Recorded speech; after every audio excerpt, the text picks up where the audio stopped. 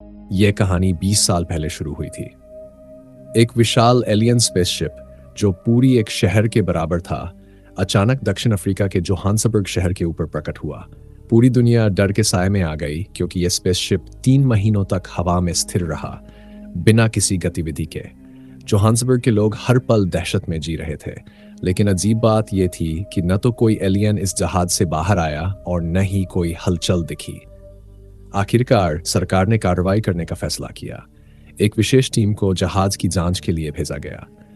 जब उन्होंने जहाज का एक हिस्सा काटकर अंदर प्रवेश किया तो वहां का नजारा देखकर पूरी दुनिया हैरान रह गई। एक विशाल कक्ष के अंदर 10 लाख से भी ज्यादा एलियन मौजूद थे। ये एलियन आकार में इंसानों के बराबर थे, लेकिन झींगा मछली जैसे दिखते थे। वे सभी भूख और प्यास से बेहाल, कुपोषित और बीमार थे। उनकी दयनीय स्थिति देखकर इंसानों को उन पर दया आ गई। सरकार ने तुरंत एक अस्थायी शिविर बनाने का निर्णय लिया और सभी एलियंस को वहां एयरलिफ्ट कर लाया गया। लेकिन सरकार के पास इन एलियंस के भविष्य के लिए कोई योजना नहीं थी, इसलिए वे यहीं बस गए। धीरे धीरे उन्होंने अपने अस्थायी घर बना लिए और यह इलाका डिस्ट्रिक्ट 9 के नाम से जाना जाने लगा। एलियंस की सुरक्षा और निगरानी का जिम्मा सरकार ने MNU मल्टीनेशनल यूनाइटेड को सौंप दिया। यह दुनिया की सबसे बड़ी हथियार बनाने वाली कंपनी थी। MNU ने एलियंस को इंसानों से अलग रखने के लिए उनके इलाके को कांटेदार तारों से घेर दिया और बाहर सैन्य बल तैनात कर दिए। परंतु सबसे बड़ा सवाल यह था कि ये एलियंस धरती पर क्यों आए? क्या वे शरण लेने आए थे या उनकी कोई खतरनाक योजना थी? इसका जवाब खोजना मुश्किल था क्योंकि धरती पर मौजूद सभी एलियंस मानसिक रूप से कमजोर थे। वैज्ञानिकों का मानना था कि ये एलियंस सिर्फ मजदूर थे और उनके नेता जो उन्हें यहां लाए थे शायद भूख से मर चुके थे। हालांकि कुछ लोगों का मानना था कि यह सिर्फ एक भ्रम हो सकता है। रिपोर्ट्स के अनुसार एलियन स्पेसशिप का एक बड़ा हिस्सा अलग होकर धरती पर गिरा था। यह संभव था कि यह हिस्सा कमांड मॉड्यूल हो जो जहाज को नियंत्रित करता था, लेकिन वह टुकड़ा रहस्यमय तरीके से गायब हो गया था। एलियंस की समस्याएं और अपराध। MNU को एलियन हथियार मिले, लेकिन ये हथियार सिर्फ एलियन DNA से ही काम करते थे, यानी इंसान इनका उपयोग नहीं कर सकते थे। एलियंस की भूख कभी खत्म नहीं होती थी। वे इंसानों की बस्तियों में चोरी करने लगे, कचरा खाते, जूते चबाते, यहां तक कि कारों के टायर तक खा जाते। वे ट्रेनों को पटरी से उतार देते, कारों में आग लगा देते और इंसानों के पैसे व मोबाइल तक चुराने लगे। इंसानों के लिए वे एक बड़ी समस्या बन गए थे। 20 सालों तक इस परेशानी को झेलने के बाद इंसानों ने सरकार से मांग की कि एलियंस को शहर से बाहर निकाला जाए। इसके बाद MNU ने 0.8 मिलियन एलियंस को 78 किलोमीटर दूर एक नए शिविर में स्थानांतरित करने की योजना बनाई। विक्स की एंट्री इस मिशन के लिए MNU के प्रमुख अधिकारी ने विक्स MNU के एलियन मामलों से जुड़े विभाग में काम करता था और एलियंस की भाषा भी समझता था। यह मिशन उसके लिए और करियर के लिए बेहद महत्वपूर्ण था। विक्स को 1 घंटे के अंदर सभी एलियंस को बेदखली नोटिस देना था और उनके दस्तखत लेने थे। एक कैमरा टीम पूरे मिशन को रिकॉर्ड कर रही थी।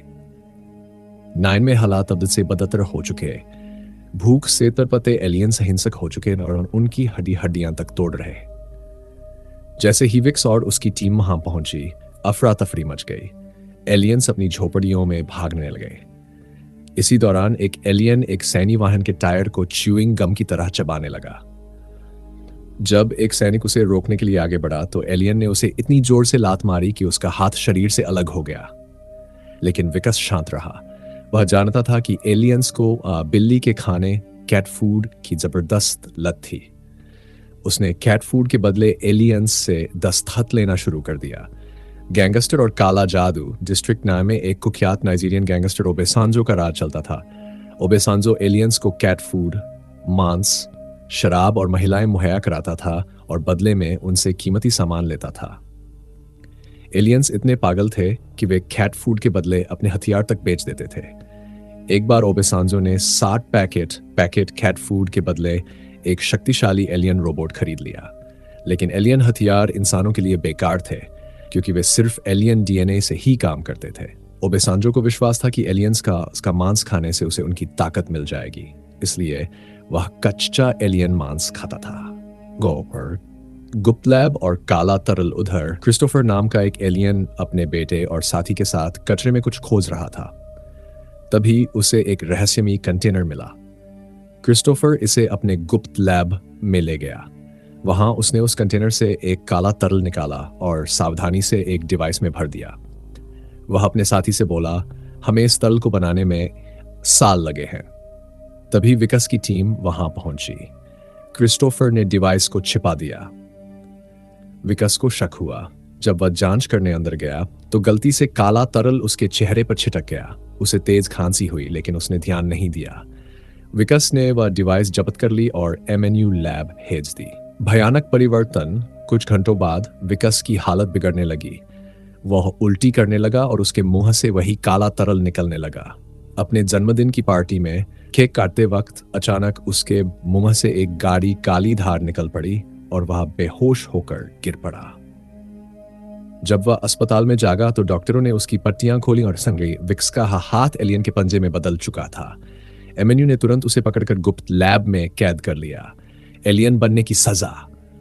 विक्स अब इंसानों और एलियंस का संकर बन चुका था। अब वह एलियन हथियार चला सकता था, लेकिन उसका शरीर पूरी तरह एलियन बनने वाला था, जिससे एमएनयू के लिए वह बेकार हो जाता। इसलिए वैज्ञानिकों ने फैसला किया कि विक्स को काटकर उसके अंग निकाल लिए जाएं। यहां तक कि उसके ससुर ने भी उसकी मौत को मंजूरी दे दी, क्योंकि इससे एमएनयू को एलियन हथियारों का व्यापार करने का मौका मिल जाता। विक्स डर से चिल्लाने लगा, नहीं, मुझे मत मारो, लेकिन कोई उसकी बात सुनने को तैयार नहीं था। चाकू उसकी चमड़ी चीरने ही वाला था।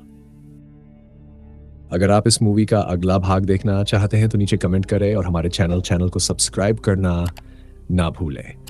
आपका सपोर्ट हमें और भी बेहतरीन फिल्म एक्सप्लेनेशन लाने के लिए मोटिवेट करता है। मिलते हैं अगली कहानी में।